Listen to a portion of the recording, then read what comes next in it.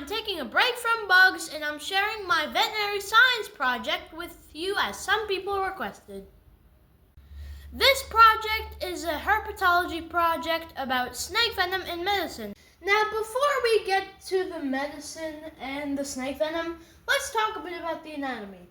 The most important part about a venomous snake's anatomy are the venom glands. The venom glands are what hold the venom, and the venom glands are above the tongue and attached to the fangs. So whenever a venomous snake bites you, the venom glands will release venom out of the fangs and into your bloodstream.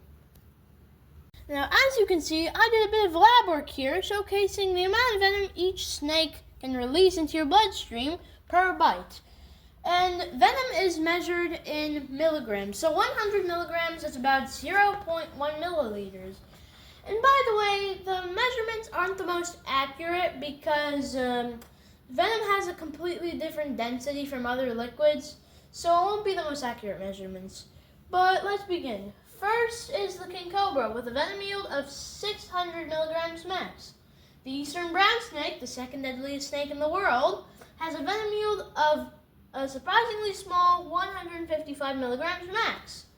And then there's the gaboon viper, the snake with the largest fangs, with a venom yield of 600 milligrams max, just like the king cobra.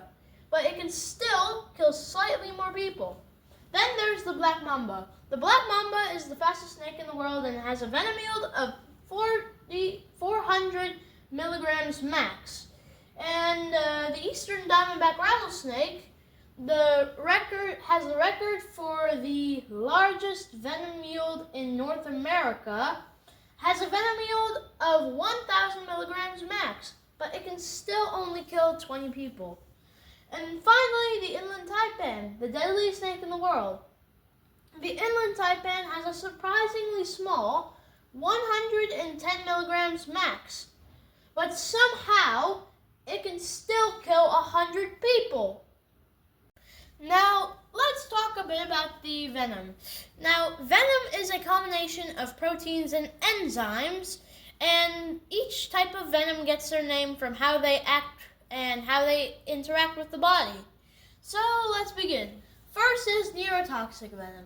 Neurotoxic venom is a really fast-acting venom that can affect the nervous system, will block signals from nerves to muscles, and can cause breathing problems, and sometimes even respiratory failure. Then there's hemotoxic venom. Hemotoxic venom causes cardiovascular failure, can clot your blood and turn it into a jelly-like substance, and can also demolish red blood cells and cause internal bleeding, so you have a chance of bleeding out of your eyes. But some hemotoxic venoms only clot blood, and other hemotoxic venoms only cause internal bleeding, and some do both. Then there's cytotoxic and myotoxic venom. These two venoms are basically pretty much the same. So they both cause pain and swelling, they both kill cells in your body, they both cause muscle damage, and they both cause necrosis. Finally, there is proteolytic venom. Now, all venomous snakes have proteolytic venom, and this is the type of venom that helps a snake break down its prey, and it also helps with its digestive system. Now, the reason I told you about all these different types of venoms is because if neurotoxic venom can block signals from nerves to muscles, it can use to be studying nerve function.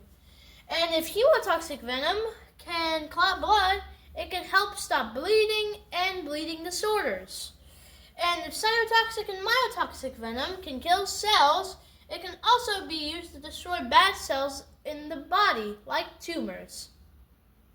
Now let's get to the main event. So, snake venom in medicine has been used for thousands, and I mean thousands of years. In ancient Rome, they used snake venom to make medicine for fevers, wounds, and leprosy. And in the Middle Ages, they used snake venom to create this mixture called theriac, which was supposedly supposed to cure every single disease, including the Black Plague. I don't know if it was true or not, but let's hope it was true. Nowadays, snake venom is used in modern research and modern medicine.